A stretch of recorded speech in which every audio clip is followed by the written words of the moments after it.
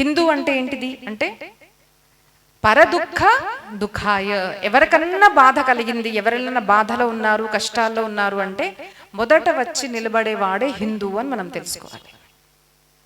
నేను నా భార్య నా పిల్లలు నేను చేసుకుంటాను అంటే అది అందరూ చేసుకుంటారు. ప్రతి ఒక్క పశువు కూడా తనకొక పరివారం గురించి చూసుకుంటుంది.